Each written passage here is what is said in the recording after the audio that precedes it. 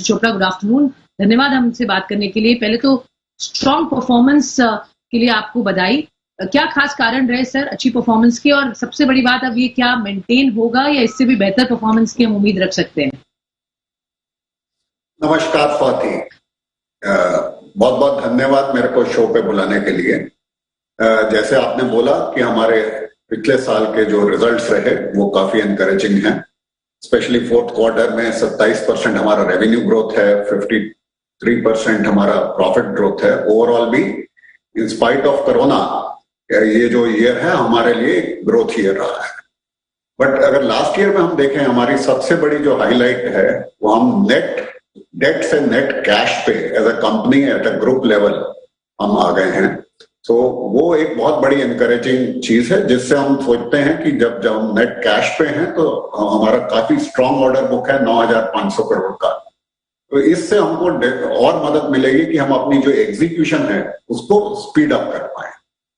मैं आपसे एक बात और शेयर करना चाहूंगा यहाँ पर कि हम पहली भारतीय कंपनी हैं जो कि globally top 5 private water operators में, जो एक GWI global water intelligence UK based organisation है, उसने हमको रिकॉग्नाइज किया है। This is the first time for serving over 71 million customers. So ये पहली बार है कि दिस थिंग, तो not only as a VA Tech representative but even as a भारतीय हमें इसमें बहुत गर्व महसूस होता है। जहां तक आगे का सवाल है, आई थिंक हम सबको मालूम है कि कोरोना ने हमको सिखा दिया है कि हमको नॉर्मल तरीके से हम काम नहीं कर पाएंगे, हमने एक नए तरीके से हमें काम करना है। तो अभी पिछले 2 महीने से अप्रैल में ज्यादातर जगह पे लॉकडाउन है, बट इसमें सबसे एनकरेजिंग चीज ये है कि as a company, as an organisation, हमने ये सीखा है कि लास्ट टाइम जब लॉकडाउन था तो हमारा कंस्ट्रक्शन एक्टिविटी टोटल बंद हो गया था। जो हमारे माइग्रेंट वर्कर हैं जो कि दूर गांव वगैरह से आते हैं, वो लोग वापस चले गए थे। बट इस बार जितने भी हमारे साइट्स हैं उस पे जितने हमारे वर्कर्स हैं उनको सबको हमने sanitised, regularly sanitised accommodation provide की है, उनको राशन, पानी, हर चीज वही मिलती है। तो विद इन द कॉम्प्लेक्स जहां पर हमारे पास रिक्विजिट परमिशन रहती है, चाहे वो सरकारी कॉन्ट्रैक्ट हो या इंडस्ट्रियल कॉन्ट्रैक्ट हो, वहां पर हम अपना काम जारी रख रहे हैं। ओके सर, आपसे गिवन द स्ट्रॉन्ग बैक, बिल्कुल ओके, तो काम जारी रख रहे हैं। अच्छे यहाँ पर ऑर्डर बुक की आपने बात की और उस पर मुझे सवाल पूछना है। जो आपने 9,500 करोड़ रुपए की स्ट्रॉन्ग ऑर्डर बुक दी है, उसकी रेवेन्यू विजिबिलिटी क्या दिख रही है? कितना आप एग्जीक्यूशन टाइमलाइंस इसकी रखेंगे? कौन से नए टारगेट्स ऑर्डर आप देख रहे हैं आते हुए? और इसका ब्रेकअप क्या है सर, इंटरनेशनल और डोमेस्टिक प्ले इसमें दोनों में क्या, कितना परसेंटेज इंटरनेशनल से आएगा और कितना डोमेस्टिक? और आगे इस साल जो एडिशन होगा वो कितना उम्मीद रख रहे हैं, क्योंकि अब things are looking like they are starting to unlock sir?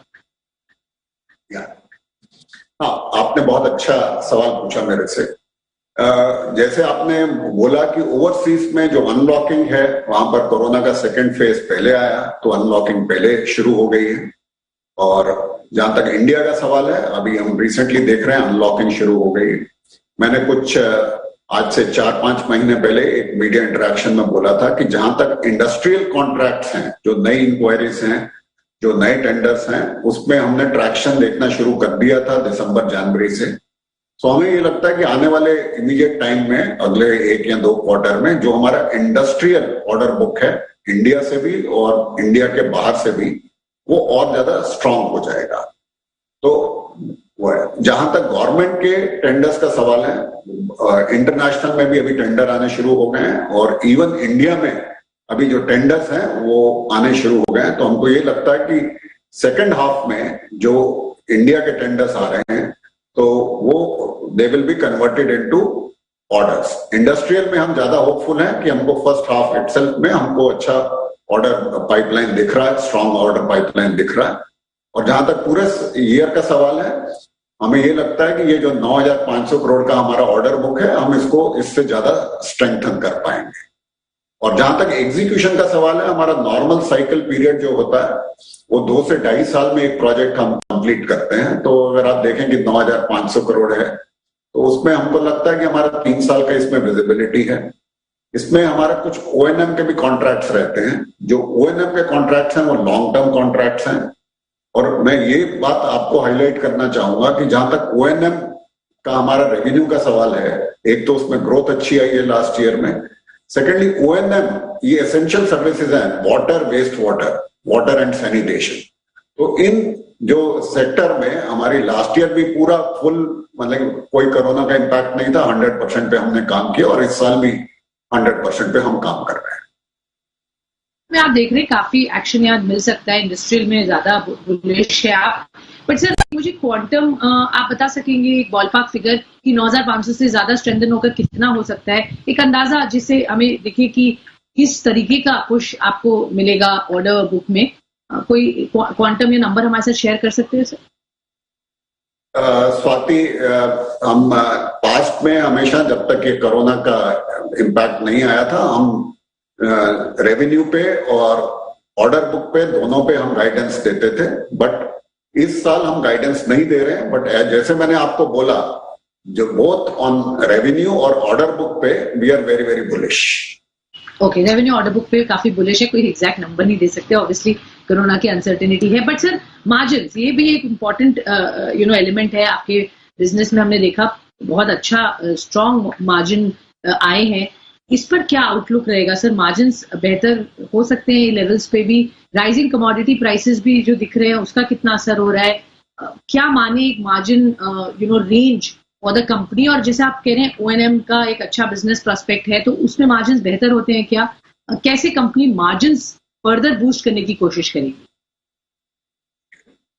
I think आपने बहुत ही वैलिड क्वेश्चन पूछा है। जहां तक मार्जिन्स का सवाल है, डेफिनेटली हमारा जो ईपीसी का बिजनेस है उसमें आपने देखा होगा कि स्टील है, सीमेंट है, इसकी प्राइसेस रेगुलरली बढ़ी हैं। बट ज्यादातर कॉन्ट्रैक्ट्स में हमारा एक प्राइस एस्केलेशन क्लॉज रहता है, जिसमें कि हमारा प्राइस इंडेक्सेस बहुत रिटेल और होलसेल से लिंक्ड रहते हैं हमारी एस्केलेशन। तो ज्यादातर में हमारा मैक्सिमम, मैं ये नहीं कह सकता 100% जो प्राइस एस्केलेट होता मिल रहा है, बट ज्यादातर हमारा वो कवर्ड रहता है मोस्ट ऑफ द कॉन्ट्रैक्ट्स में, क्योंकि हम मल्टीलेटरल फंडेड प्रोजेक्ट्स करते हैं तो उसमें एक नॉर्मली एक एस्केलेशन रहता है। तो उसमें हम एक तरह से हम कवर्ड रहते हैं, तो हमें नहीं लगता कि उसकी वजह से हमारा कोई मेजर इम्पैक्ट आएगा मार्जिन्स पे। सेकेंड इज, जैसे मैंने आपको बोला कि अभी हमारा वी आर कैश पॉजिटिव, तो जब हम कैश पॉजिटिव है तो हमको लगता है कि अगर हम अपनी एग्जीक्यूशन की स्पीड बढ़ाएंगे तो दैट शुड डेफिनेटली, उसमें हमें कुछ मार्जिन में एडवांटेज मिलना चाहिए। जैसे आपने बिल्कुल सही बोला, जहां तक ओएनएम का सवाल है, हमारा ओएनएम का जो बिजनेस है वो टॉप लाइन बिजनेस नहीं है, वो बॉटम लाइन बिजनेस है, उसमें मार्जिन हमेशा बेहतर रहते हैं। और अभी करंटली हम कोशिश कर रहे हैं कि हम आने वाले टाइम में, अभी हम करंटली 15% हमारा ओएनएम का शेयर है, हम इसको कोशिश कर रहे हैं कि इसको ग्रेजुअली हम 20% पे लेके जाएं और 20 से 25% लेके जाएं, जिसका इम्पैक्ट आपको मार्जिन्स में आने वाले 2 से 3 साल में दिखेगा।